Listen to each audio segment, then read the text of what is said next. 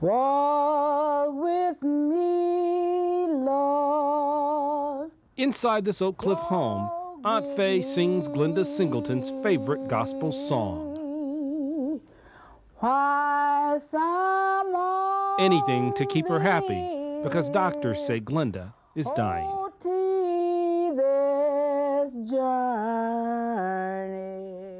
She wants to come up here. Relax your arm, sis. Just a year ago, she was vibrant, the youngest of 4 girls, an accountant and an ordained minister. Now she has colon cancer. Do you know why you're sick? Yes.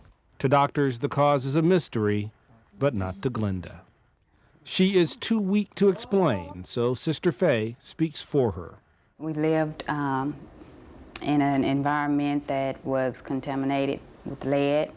We lived like 200 meters from Dixie Metals.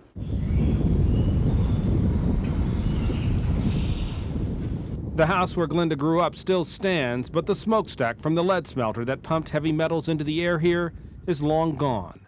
And sadly, before her family moved here, they lived next to another smelter in West Dallas.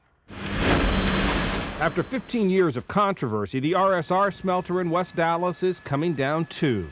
The owners here and at Dixie Metals have spent millions on cleanup and to settle lawsuits.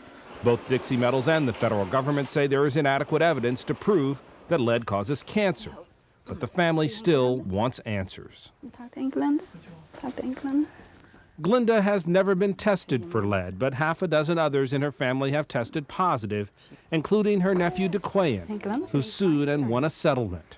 At age 22, he has symptoms common to those exposed to lead as children: severe headaches, dizziness, and problems walking. Well, it is very easy to describe the effects that occur in the acute exposure. But experts like Dr. Daniel Keyes at the North Texas Poison Center say for adults who've breathed in tiny amounts, they know very little. Unfortunately, science, as it is today, has not advanced to the point of being very definite about all of the effects. Does it cause cancer? Does it, have long-term effects? Gotta go to that study I was looking for. Let me find this right here. High school science teacher Tyson Garner grew up in West Dallas. He's devoted his life to researching the effects of lead ever since his baby was born with no brain. Right here. You see this here? This is a map.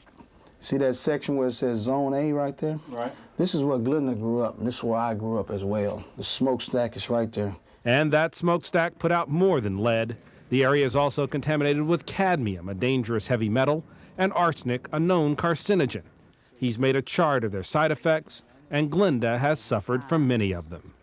She's had severe headaches. She's had seizures, pancreatic problems. So you go up the lead column like I have, she's got these. You go up the cadmium, you go up, she's got that. You go up the arsenic, she's got that. And then you say, oh, here was the pattern being set way back. And it just hit the head with the colon cancer. Garner's studies may lack the rigorous science that would absolutely prove his theories, but so far no one has done the needed studies. They've been working on this. You just can't say this stuff. You got to know this stuff. But we need compensation for being poisoned.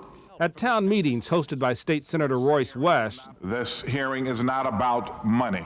The smelter's neighbors keep demanding answers that science just doesn't have.